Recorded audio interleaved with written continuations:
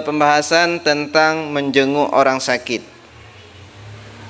Ini ada juga adab-adabnya ya. Jadi kalau kita mau jenguk orang sakit itu ada adabnya. Bukan main nyelonong-nyelonong aja. Di dalam Islam itu semuanya diatur. Ini beruntung kita sebagai umat Islam. Sehingga bahkan di dalam menjenguk orang yang sedang sakit pun diatur betul di dalam Islam, diajarkan oleh Rasulullah SAW bagaimana adab-adabnya dan bagaimana tata caranya, bagaimana kita mengurus orang yang sakit dari awal dia sakit biasa, kemudian naik ke atas sakitnya parah. Sakit parah itu ukurannya apa? Orang yang sakit parah itu saat sakratul maut. Kalau orang sudah sakratul maut itu berarti sakitnya sudah parah. Orang yang sakratul maut ini nggak ada obatnya. Salah satu penyakit yang nggak ada obatnya ya sakratul maut. Sakratul maut itu di saat-saat itulah yang paling banyak syaitan datang. Jadi orang yang sedang sakit dan orang yang sakratul maut itu banyak setan datang di situ. Makanya orang yang sakit itu sering nampak sifat aslinya, sehingga tidak ada kesabaran di dalam dirinya, karena pada saat itu memang godaan setan yang amat sangat luar biasa. Makanya kita diajarkan merawat orang sakit itu bagaimana, menjenguk orang sakit itu bagaimana. Kemudian sakitnya bertambah parah. Parahnya itu sakit kapan? Ketika dia sudah menjelang sakratul maut. Sakratul maut itu bisa sebentar, bisa lama. Kenapa lama? Lama itu ada dua sebab. Pertama, karena Allah ingin menggugurkan dosa-dosanya. Allah buat sakratul mautnya lama. Yang kedua, karena memang ada kesyirikan, sehingga dengan kesyirikan yang ada pada dirinya membuat dia lama sakratul mautnya. Makanya kalau ada jiman apa segala macam, ada susuk ya, itu biasanya orang yang pakai itu biasanya lama sakratul mautnya. Itu sebab-sebab orang terkadang lama di dalam menghadapi sakratul maut. Ada yang sebentar, sesuai dengan apa yang sudah ditakdirkan oleh Allah Subhanahu wa ta'ala. Nah, kita masuk pada menjenguk orang sakit. Menjenguk orang sakit ini di dalam Islam hukumnya disunnahkan. Jadi sunnah hukumnya. Jadi kalau ada orang sakit silakan dijenguk. Datang ke rumah sakit itu. Banyak sekali hikmahnya. Banyak hikmah nengok orang sakit itu. Datang ke rumah sakit itu, rumah sakit umum itu. Banyak sekali orang sakit, bermacam-macam. Jadi maka di dalam Islam disunnahkan kita menjenguk orang sakit, karena banyak pelajaran, baik itu untuk kita ataupun untuk orang yang sakit. Untuk kita bermanfaat. Apa manfaatnya? Ternyata mengajarkan kita untuk bersyukur. Hari ini kita menghadapi berbagai permasalahan. Datang ke rumah sakit kita lihat bermacam-macam permasalahan yang terjadi pada mereka. Bahkan kita tidak sanggup masuk ruangan rumah sakit itu aja. Coba kita masuk ruangannya itu. Makan aja kita nggak sanggup di situ. Ya kan, kalau kita yang normal masuk ke sana, makan aja kita terkadang tidak nafsu gitu kan. Bagaimana bagi mereka yang sakit? Itu mengajarkan kita bersyukur. Ya Allah, bersyukur sekali kita diberikan oleh Allah kesehatan. Itu manfaatnya. Dan juga bermanfaat untuk orang yang sakit itu sendiri. Manfaatnya apa? Untuk menghibur kesedihannya. Jadi kalau kita datang jenguk orang sakit itu bisa terhibur orang sakit itu. Kegembiraan orang sakit itu dapat juga menjadi obat. Kita itu kalau gembira, hati kita senang, itu salah satu bisa menjadi obat bagi orang yang sakit. Dalilnya menjenguk orang sakit ini di dalam Islam adalah riwayat daripada Abu Hurairah radhiyallahu anhu, qala Rasulullah sallallahu alaihi wasallam, hakul muslim alal muslim sittun. Hak kepada muslim itu, hak seorang muslim kepada muslim yang lainnya itu ada 6. Yang pertama itu adalah idza laqitahu fasallim alaih. Apabila berjumpa dengannya, maka ucapkan salam. Itu hak dia. Maka kita harus ucapkan salam. Tapi mengucapkan salam hukumnya sunnah, menjawabnya wajib. Kalau seandainya dalam keramaian kita ucapkan salam, maka bagi yang mendengar salam itu, maka fardu kifayah. Satu orang saja sudah menjawab, maka gugur kewajiban yang lain. Tapi satu orang pun tidak ada yang menjawab, maka semuanya berdosa. Jadi hak muslim terhadap muslim yang lainnya itu yang pertama adalah idza laqitahu fasallim alaihi. Apabila berjumpa dengannya, maka ucapkan salam. Kemudian wa idza da'aka fa'ajibhu. Kalau dia mengundang kita, maka datang. Maka kalau ada undangan, wajib kita untuk mendatangi undangan tersebut. Selagi undangan itu tidak keluar daripada ajaran di dalam agama kita. Kemudian wa izzastan sahaka fansahhu. Kalau seandainya muslim lain, ada ibu-ibu, ada bunda-bunda yang lain minta nasihat, maka kalau kita bisa, maka kita punya kewajiban memberikan nasihat pada mereka. Itu adalah hak muslim terhadap muslim yang lainnya. Wa idza atasa fahamidallahu fasammithu.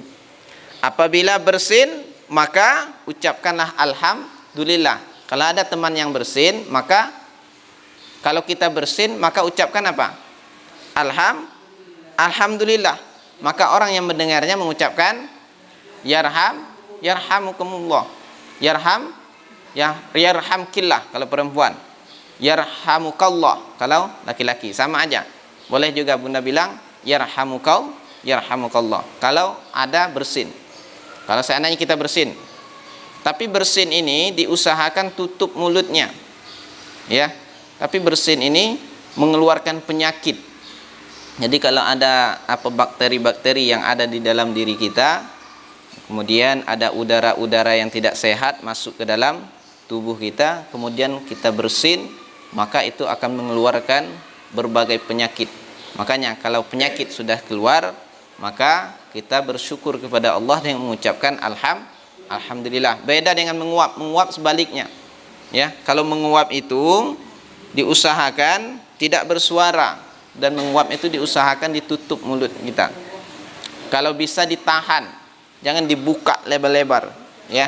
Karena kalau dibuka lebar-lebar, kenapa Rasulullah tidak boleh membuka mulut lebar-lebar saat menguap itu? Karena apa? Karena memang engsel sini bisa lepas ini. Karena ada orang nguap besar, ya kan? Nggak bisa ditutup lagi, ya kan?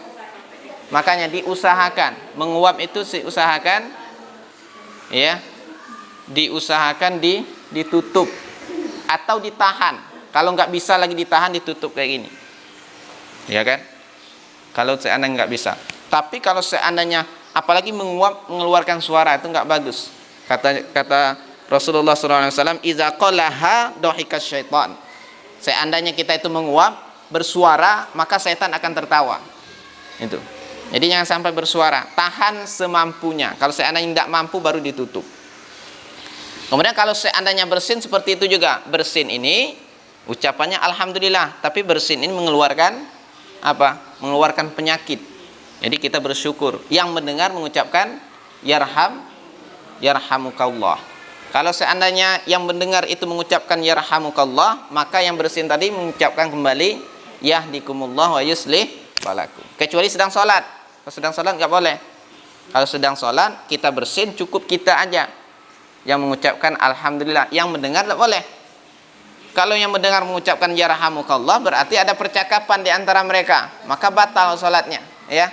Orang yang mengucapkan yarhamukallah sedang sholat itu yang tidak boleh. Sudah diucapkan yarhamukallah, dijawab lagi sama yang bersin tadi, yahdikumullah wa yuslih balakum. Berarti ada komunikasi di situ. Orang yang berkomunikasi pada selain Allah sedang sholat, maka itu tidak diperbolehkan. Itu adalah hak seorang muslim terhadap muslim lainnya. Kalau bersin, ucapkan alhamdulillah, maka temannya mengucapkan yarhamukallah. Kemudian dijawab lagi dengan yahdikumullah wa yuslih balakum. Wa idza marida fa'udhu. Kalau seandainya sakit, maka kunjungi, jenguk. Itu tadi termasuk pada pembahasan kita. Ini sangat-sangat diutamakan, sangat-sangat dianjurkan untuk melihat orang sakit. Bahkan Rasulullah SAW pernah bersabda di dalam hadis qudsi, innallaha azza wa jalla yaqul yaumal qiyamah. Ya, sesungguhnya Allah Subhanahu wa taala berkata di hari kiamat, berfirman dari Rasulullah sallallahu alaihi wasallam, qala Rasulullah sallallahu alaihi wasallam, innallaha azza wa jalla yaqulu yaumal qiyamah. Dari Rasulullah sallallahu alaihi wasallam, sesungguhnya Allah Subhanahu wa taala berfirman di hari kiamat, ya bani Adam, wahai anak Adam, maridtu falam ta'udni. Kata Rasulullah, wahai anak Adam, aku sakit tapi kalian tidak menjenguk aku. Allah mengatakan di dalam hadis qudsi, wahai anak Adam, nanti di hari kiamat kita semua dikumpulkan oleh Allah Subhanahu wa taala, maka Allah berfirman kepada hambanya, wahai anak Adam, aku sakit sedangkan engkau tidak menjengukku. Maka di antara orang yang berkumpul di hari kiamat itu menjawab, qala ya rabbi kaifa a'uduka wa anta rabbul alamin. Wahai Tuhanku, bagaimana aku bisa menjengukmu sedangkan engkau itu adalah Tuhan sekalian alam. Maka dijawab oleh Allah, qala amma alimta anna abdi fulanan marida falam ta'udhu. Kata Allah Subhanahu wa taala, yang dimaksud dengan Allah itu sakit dan kita tidak menjenguknya itu adalah kita tahu bahwa ada di antara hamba Allah si fulan, ya, diberikan oleh Allah penyakit, kemudian kita tidak menjenguknya. Itu maksud daripada pernyataan Allah mengatakan aku sakit kalian tidak menjengukku. Artinya hamba Allah bahwa si fulan ada yang sakit, kita tidak menjenguk dia. Amma alimta annaka lawa'uttahu lawajadtani indahu. Jadi kalau seandainya kalian tahu, ya, kalian tahu bahwa sesungguhnya menjenguk orang sakit itu banyak sekali keutamaannya, bahwa aku ada berada di sisi orang yang sakit itu. Jadi Allah berada di sisi orang sakit itu maksudnya orang yang sakit itu kita jenguk, maka orang yang sakit itu memberi berkah pada kita. Jadi ada berkahnya, dia bisa memberi berkah kepada kita. Jadi silakan dijenguk. Kalau ada orang yang sakit, silakan dijenguk. Yang kenal lah terutama. Apalagi yang kenal. Yang kalau yang nggak kenal, bagus juga kalau kita mau jenguk. Datang ke rumah sakit, ngapain ya? Mau jenguk-jenguk aja. Berani mana?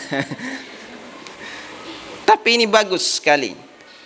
Makanya Allah mengatakan di dalam hadis qudsi, aku sakit kalian tidak menjenguk aku, kata Allah.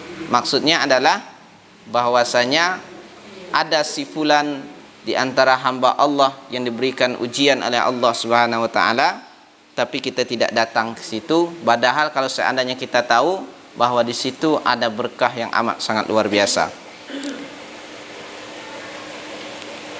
Para jamaah, para ummahat yang dirahmati Allah Subhanahu wa taala. Oh, baru 6 ya? Baru 5. Kemudian wa iza mata fattabi'hu. Kalau dia seandainya ada yang meninggal, maka silahkan kunjungi jenazahnya. Bagi laki-laki boleh. Bagi laki-laki silakan mengantar jenazah tersebut. Kalau yang meninggal ziarah ke rumahnya, takziah maksudnya. Ziarah itu artinya berkunjung, ya. Kalau takziah itu artinya menghibur. Kalau takziah itu artinya menghibur. Kalau ziarah itu mengunjungi. Tapi lebih kalau meninggal itu lebih kepada takziah. Kalau bagi laki-laki, sampailah kepada pemakaman dan penguburan, diantar di situ. Karena bagi seorang perempuan ada juga yang memperbolehkan asalkan bisa menjaga auratnya, bisa menjaga sikapnya, ya. Biasanya perempuan itu terkadang dia tidak bisa menahan sehingga dia menangis di depan kuburan dan auratnya terlihat, sehingga itu mengakibatkan kemudorotan bagi si mayit. Tapi kalau seandainya yakin dan mampu menjaga aurat, menjaga pandangan, menjaga sikap, silakan. Tidak apa-apa kita mendatangi kuburan tersebut. Jadi itu 6 hak muslim terhadap muslim yang lainnya. Tapi yang menjadi pembahasan kita itu pada poin kelima, yaitu adalah ketika seorang itu sakit, maka silahkan kita jenguk, dan itu mampu memberi hiburan kepada mereka. Para hadirin yang dimuliakan Allah Subhanahu wa taala, kemudian orang yang menjenguk orang sakit hendaklah mendoakan agar sakitnya lekas sembuh dan menganjurkan supaya dia taubat dari segala dosa. Jadi kalau jenguk orang sakit itu apa? Doakan. Apa doanya? Doanya bisa kita bacakan la ba'sa tahuron, ya, la ba'sa tahur, ya, tidak apa-apa, ini menyucikan, ini namanya menyenangkan, ya. Atau as'alullahal azim rabbul arsyil azim ayyashfiyak, baca 7 kali. Tahu? As'alullahal azim rabbul arsyil azim ayyashfiyak, aku bermohon kepada Allah yang maha agung, ya, Tuhan. Kemudian kita bermohon kepada Allah agar menyembuhkan orang yang sakit. Nas'alullah al-azim rabbul arsyil azim ayyashfiyak, ya. Hah? Kalau bahasa Indonesia, maksud Indonesianya, aku bermohon kepada Allah yang maha agung, ya, Tuhan arus yang agung, agar engkau diberikan kesembuhan. Itu artinya. Hah? As'alullahal azim rabbul arsyil azim ayyashfiyak. Ayyashfiyak. Ayyashfiyak. Aku bermohon kepada Allah yang maha agung, Rabbul arsyil azim, Tuhan yang menguasai aras, yang besar, yang agung juga, atau Tuhan yang menguasai aras, ayyashfiyaka, agar supaya engkau disembuhkan. Baca 7 kali. Atau apa? Yang kedua, la ba'sa tahur insyaallah. La ba'sa artinya tidak apa-apa, tahur menyucikan insyaallah. Itu. Jangan kita takut-takuti orang yang sakit. Ya.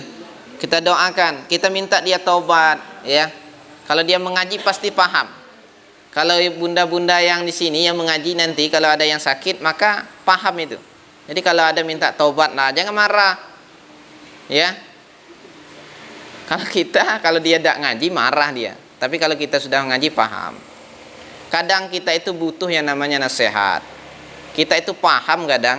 Cuma kalau tidak ada yang mengingatkan kita, kita bisa lupa itu. Kayak ini, bunda udah ngaji nih, udah paham nih. Kalau ada yang datang nanti pasti kita dinasehati. Kalau kawan nasihati kita, senang rasanya walaupun kita tahu itu. Tapi kalau dinasehati lagi, kalau ada dosa-dosa kita, mintalah mereka bertobat. Itu kalau keluarga kita, ya, kalau kita jenguk, mintakan dia taubat kepada Allah Subhanahu wa taala. Doakan dia. Kemudian agar dia membayar hutang. Ingat, sakit itu kita nggak tahu kan? Anjurkan dia untuk membayar hutang. Hutang itu nggak akan lunas. Dianjurkan orang sakit untuk membayar hutangnya. Orang mati syahid itu pun, ya, tidak bisa masuk surga karena hutang. Ada orang mati syahid, mati anna rojulan, ada seorang laki-laki, ya kan, yang mati terbunuh di jalan Allah, kemudian dihidupkan lagi, kemudian fakutila, kemudian dibunuh lagi, summa uhyiya, kemudian dihidupkan lagi, kemudian dimatikan lagi. Kalau dia masih pada dia itu hutang, maka dia tidak bisa masuk surga. Ada orang mati syahid berkali-kali dia di jalan Allah, mati dibunuh, mati lagi dibunuh, mati dibunuh, kemudian meninggalkan hutang. Apakah dia bisa masuk surga? Enggak bisa. Orang yang mati syahid saja terhalang masuk ke dalam surga hanya karena hutang, apalagi kita.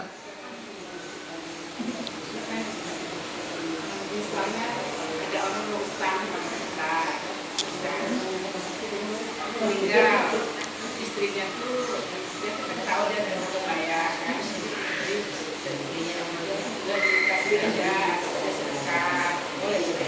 Siapa yang mengiklasinnya? Istri saya misalkan suami saya ada orang utang sama saya kan, tentu dia kan tidak membayarnya, dia kasihan kan. Apa ibu yang mengiklasin? Iya, jangan dia yang minta ikhlasin. Iya.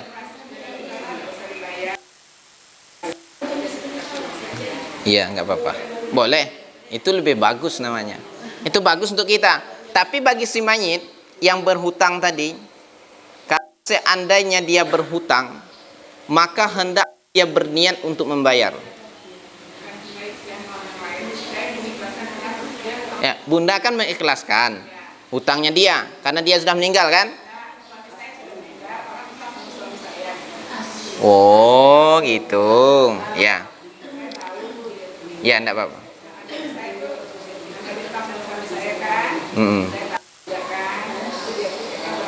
Iya, iya, iya, enggak apa-apa. Enggak apa-apa. Bagus. Ya, boleh. Ya. Iya. Yang seandainya kita itu punya hutang ya, maka kita harus berniat untuk membayar hutang itu. Seandainya kita mati, orang nggak ada yang tahu nih kita punya hutang. Kita nih punya niat untuk membayar hutang, tapi niatnya memang nggak main-main ya. Tapi memang kita punya niat untuk membayar, maka Allah yang akan menjadi pembayar hutang kita itu. Jadi punya niat kita. Maka ada hadis yang mengatakan seperti itu. Jadi jangan sampai kita mati ninggalin hutang, kita nggak berniat untuk membayarnya. Niatnya itu bukan niat hanya sekedar niat. Kan ada orang ngaji tadi hanya niat, yang penting ada niat gitu kan. Tapi memang niat kita pengen membayar. Nggak kesampaian niat kita pun meninggal dunia, maka kita tidak berdosa.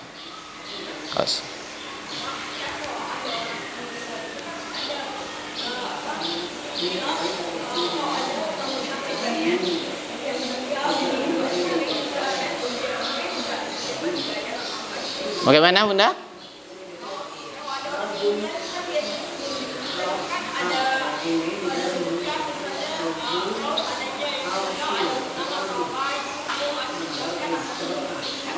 Ya.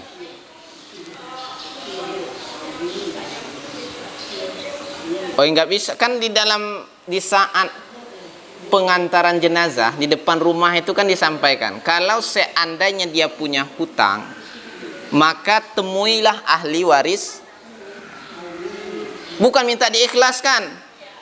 Jangan sampai ustadz yang ceramah nanti diikhlaskan, hutang ratusan juta minta diikhlaskan kan? Ya.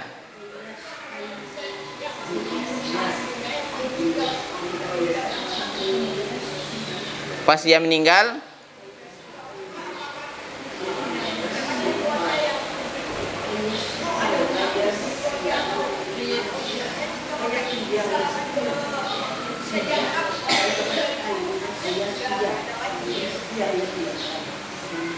orang kalau kita meninggal, intinya bunda, kalau seandainya kita meninggal, kita ini berniat, kita berhutang. Intinya kita itu punya hutang, kita berniat untuk membayarnya.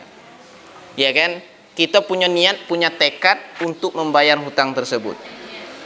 Yang penting kita punya niat. Niat itu bukan hanya sekedar niat.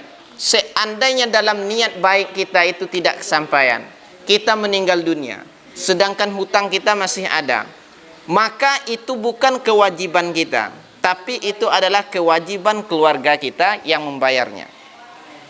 Maka keluarga kita yang meninggal, kita ini punya keluarga, punya orang tua yang meninggal dunia, maka kumpulkan hartanya itu, bayar hutang dulu, baru dibagi harta warisannya. Bukan warisannya dibagi, baru dibagikan hutang. Mana ada yang mau bayar hutang? Ya. Tapi yang benar itu adalah kumpulkan harta si mayit, bayarkan hutangnya.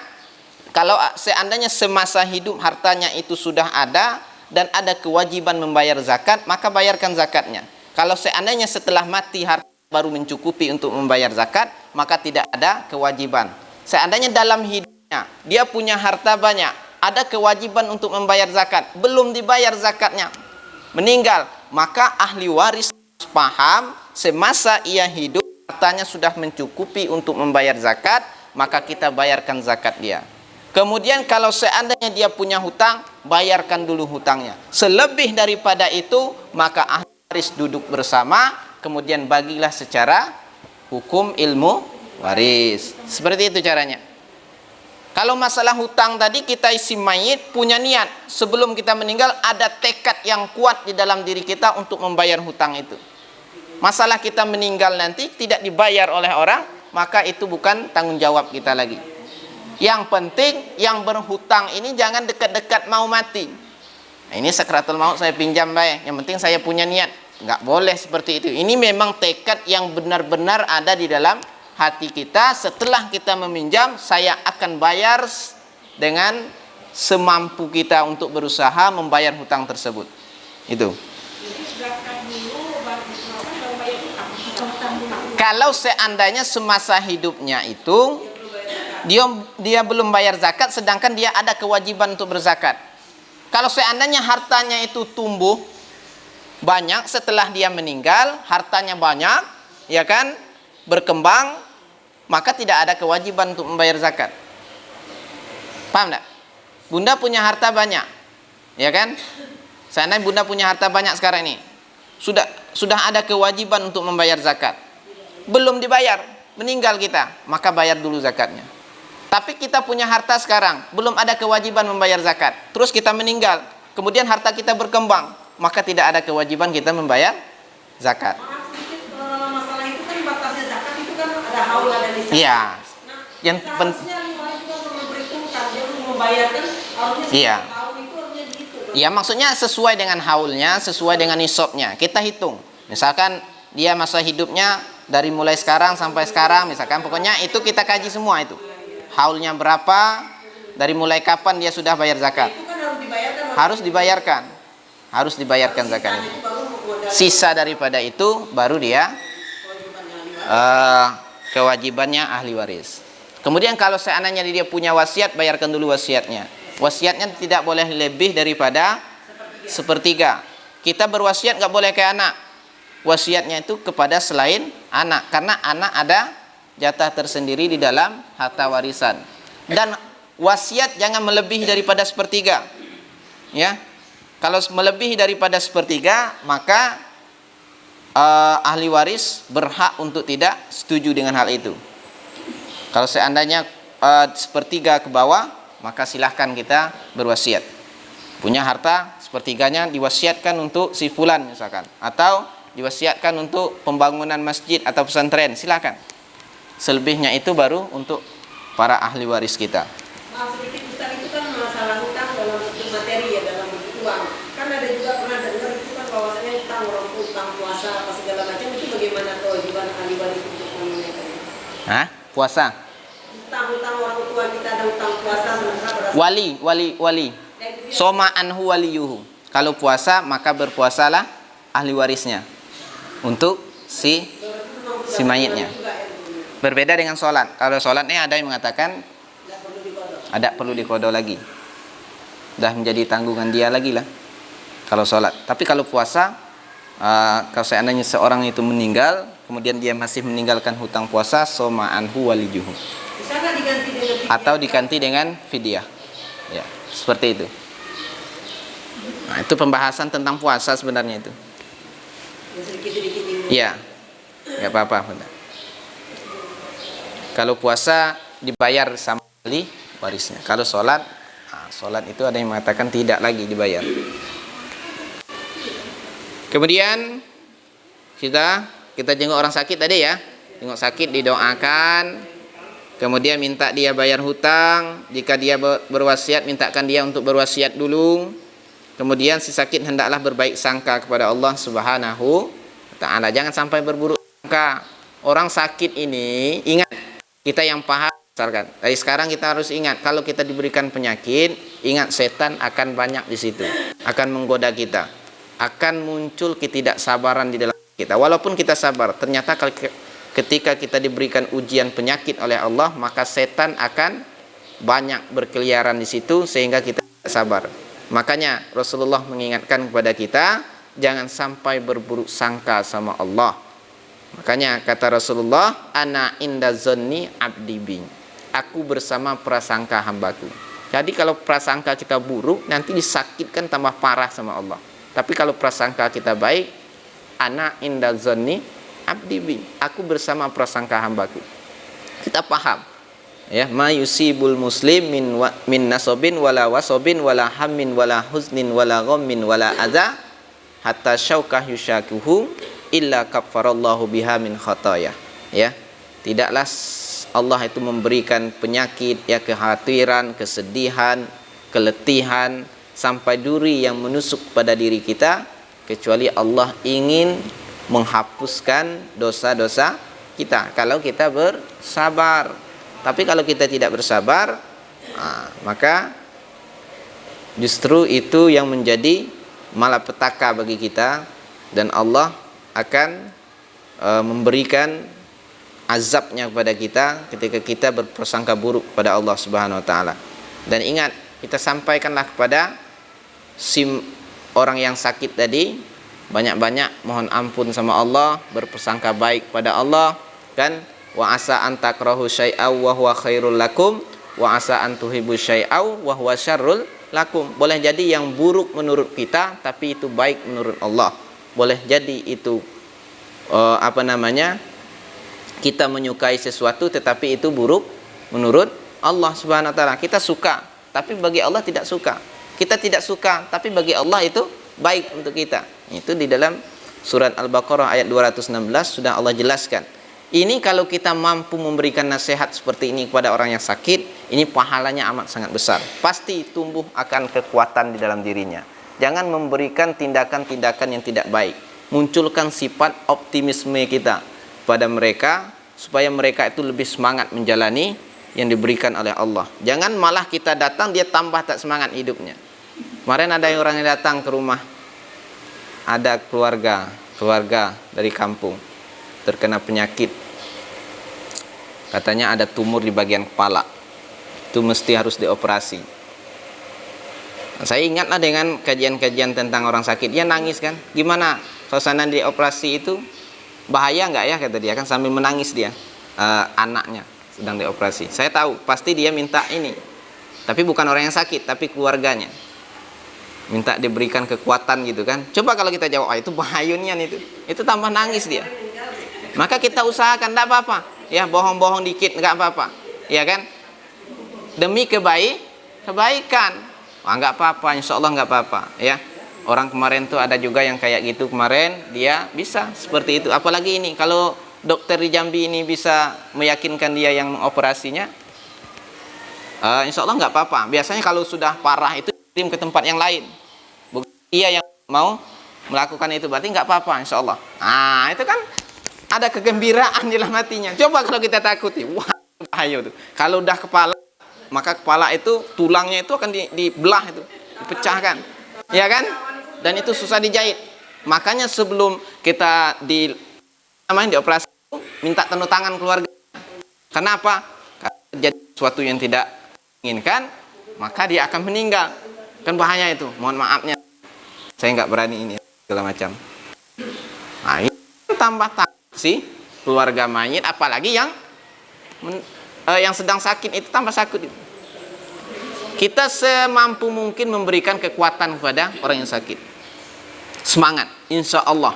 Kemarin ada juga orang seperti itu, sembuh dia. Kalau dokter memvonis dia mati dalam waktu yang dekat, jangan percaya. Gak apa-apa. Insya Allah banyak orang yang seperti ini, banyak-banyak berzikir, banyak-banyak bersolawat, gak apa-apa. Semangat dia menjalani ujian yang diberikan oleh Allah Subhanahu wa taala. Kalau kita bilang kayak tadi, wah parah. Kemarin sebelah ini kamar ini kayak gini juga penyakitnya. Datang ke rumah sakit kan kamarnya dekat-dekat tuh. Kemarin nampak itu yang apanya berjalan itu penyakitnya sama dengan awak tuh. Bahaya kayak gitu, ya kan? Itu pasti tambah stres. Kita berdosa buat orang seperti itu. Makanya di dalam Islam dianjurkan kita untuk berdoa, ya kan, memberikan kekuatan. Ya ambil wudu, cipratkan pada orang yang sakit. Dan juga ada adab-adab yang lain. Jenguk orang sakit itu jangan lama-lama. Jangan lama-lama. Karena ada sesuatu yang memang Dia perlu istirahat. Kadang ada penyakit itu kan yang mengeluarkan sesuatu yang tidak baik. Ketika dia agak sedikit kesusahan situ, kita harus paham itu.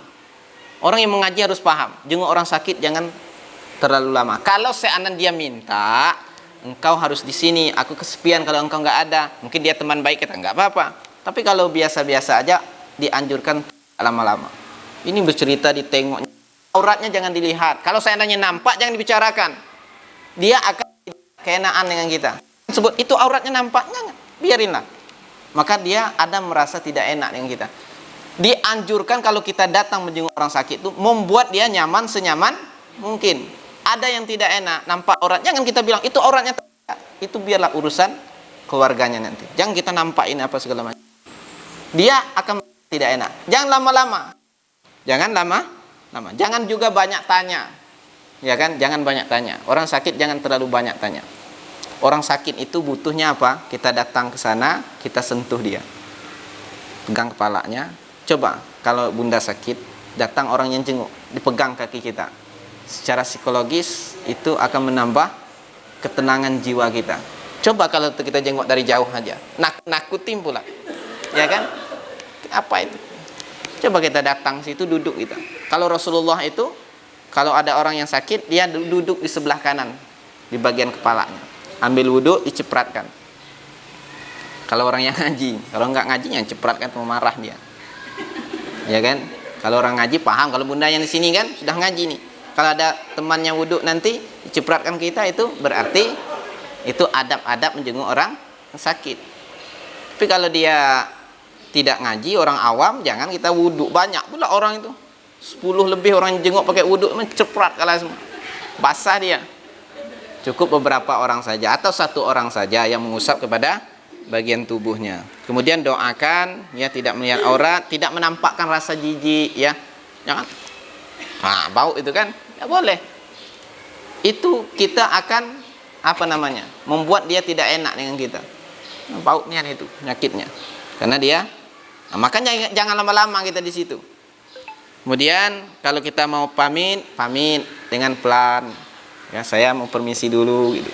Jangan langsung putar aja. Dia akan merasa jangan-jangan saya ini bau, ya.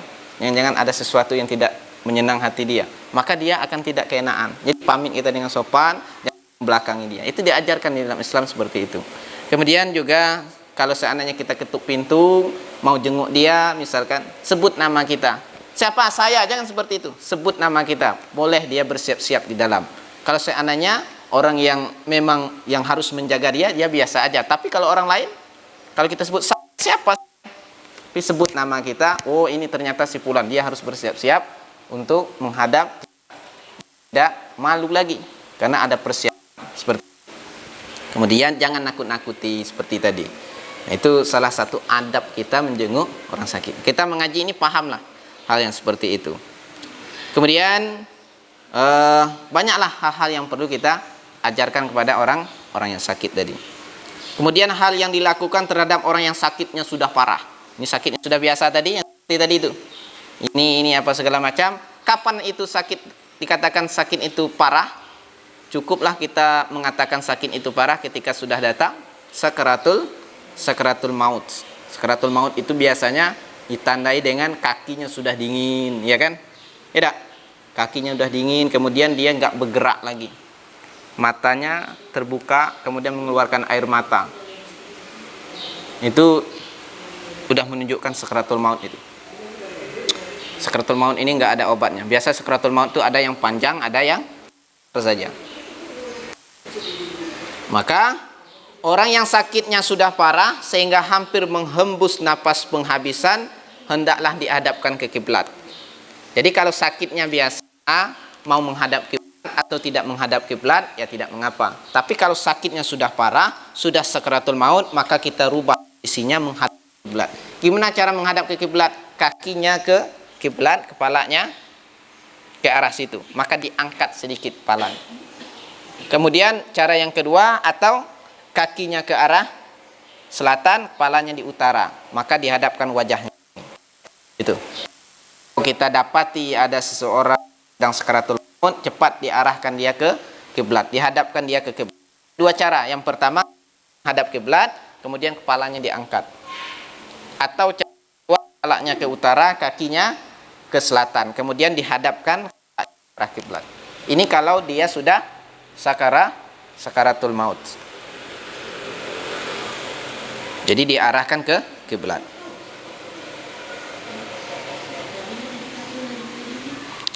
Kemudian yang kedua, orang yang sakit parah hendaklah diajarkan membaca kalimat tauhid. Apa itu kalimat tauhid? La ilaha illallah, yang artinya tidak ada Tuhan selain Allah Subhanahu wa ta'ala. Nah, la ilaha illallah ini salah satu kalimat yang memang ketika diucapkan tidak menggerakkan bibir. Carilah apa kalimat yang tidak menggerakkan bibir. La ilaha illallah. Coba sebut. Bunda. Gerak bibirnya kan. Kamu, aku. Bibirnya bergerak. Aku. Enggak bisa.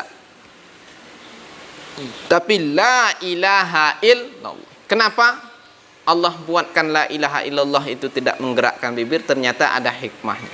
Orang yang sedang sakaratul maut itu berat untuk menggerakkan bibir. Sehingga mengucapkan la ilaha illallah itu adalah sebuah kalimat yang amat sangat penting, yang menjadi penentu bagi kita ke surga ataukah ke neraka. Untuk mengucapkan itu Allah tidak buat bibir bergerak sehingga terasa agak ringan, maka la ilaha illallah. Itu hikmahnya.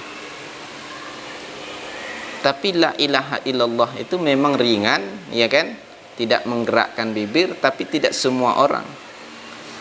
Tidak semua orang ini. Kalimat ini bisa diucapkan oleh semua orang.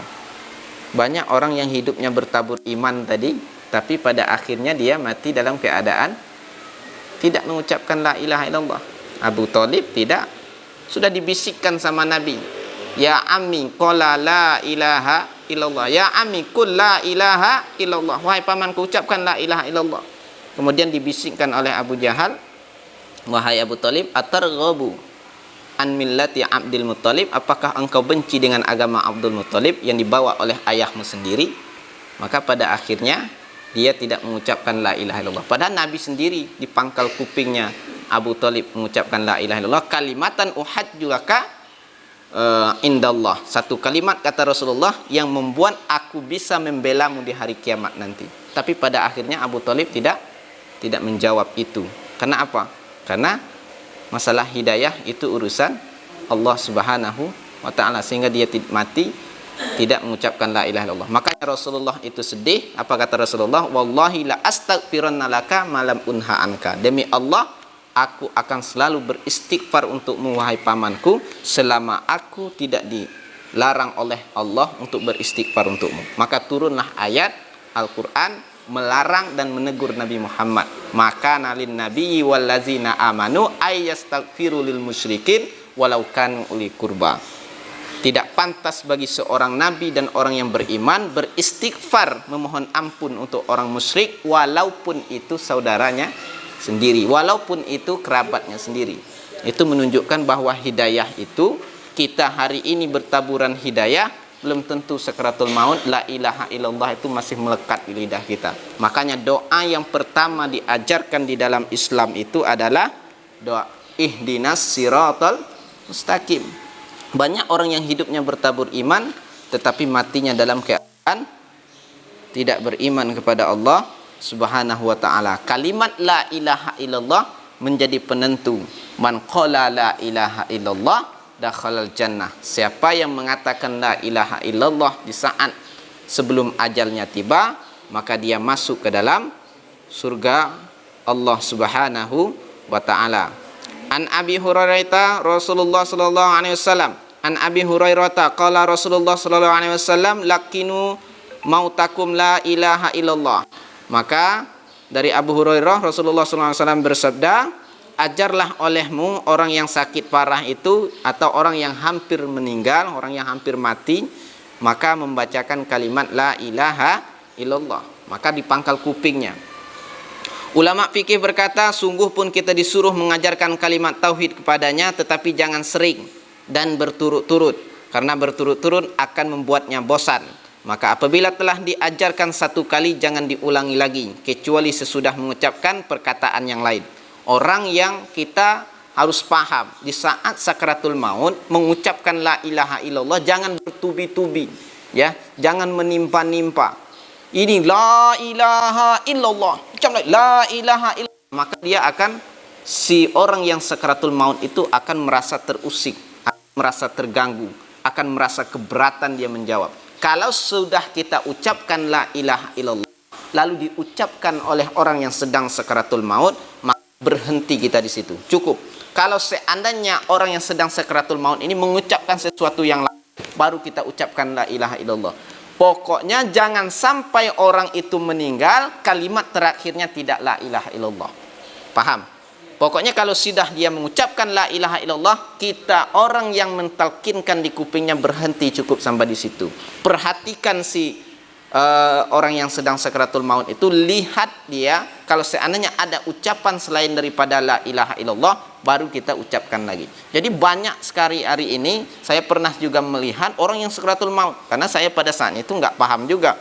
Orang sakaratul maut itu terus ditimpali di kuping-kupingnya. Coba kita akan merasa terusik itu.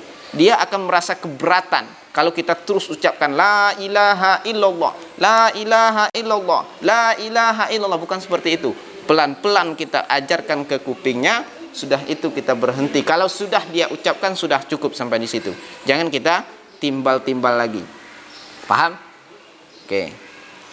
Kemudian yang terakhir, orang yang sakit parah sebaiknya dibacakan surat Yasin. Sabda Rasulullah SAW, an Ma'qal bin Yasar, qala an-nabiy sallallahu alaihi wasallam, iqra'u mautakum Yasin. Dari Ma'qal bin Yasar, Nabi sallallahu alaihi wasallam berkata, bersabda, bacakanlah olehmu surat Yasin kepada orang yang sakit parah. Jadi orang yang sedang sakit parah itu bacakan surat Yasin. Itu surat Yasin ini bukan hanya sedang sakaratul maut saja, kita sedang sempit pun kita bacakan surah Yasin, maka Allah akan mudahkan urusan kita. Jadi Yasin ini banyak sekali keutamaannya. Jadi jangan sampai tidak membacakan Al-Quran. Nah, kalau seandainya kita bacakan Al-Quran, pilih surat Yasin ketika dia hendak sakaratul maut. Silakan dibaca itu nanti. Jadi kalau nanti para bunda yang dirahmati Allah Subhanahu wa taala pulang ke rumah menemukan orang yang sakit, mohon dijaga adab-adabnya. Kemudian sedang sakaratul maut, ada hal yang perlu kita lakukan. Nanti kalau seandainya sudah meninggal pun juga adab-adabnya. Insyaallah kita akan lanjutkan di pekan selanjutnya. Tapi pekan selanjutnya ini ya, kita membahas tentang tarhib Ramadan lah ya. Tarhib Ramadan. Jadi tarhib Ramadan ini tarhib Ramadan, persiapan menghadapi bulan suci Ramadan. Persiapan secara ruhiyah gitu. Persiapan secara ruhiyah ataupun motivasi untuk menyambut bulan suci Ramadan, sehingga kita mendapatkan berbagai keutamaan yang diberikan oleh Allah Subhanahu wa taala di bulan yang sangat agung, di bulan yang memang semua kita menantikan itu. Makanya di bulan Rajab kita sudah berdoa kepada Allah, Allahumma barik lana fi Rajab wa Sya'ban wa ballighna Ramadan. Berkahilah kita di bulan Rajab dan Sya'ban, ziyadatul khair, bertambah kebaikan kita di bulan Sya'ban ini. Kemudian sampailah kita kepada bulan suci Ramadan yang kita nanti-nantikan dari sejak lama. Demikian, lebih dan kurangnya mohon maaf. Wabillahi taufiq hidayah. Assalamualaikum warahmatullahi wabarakatuh.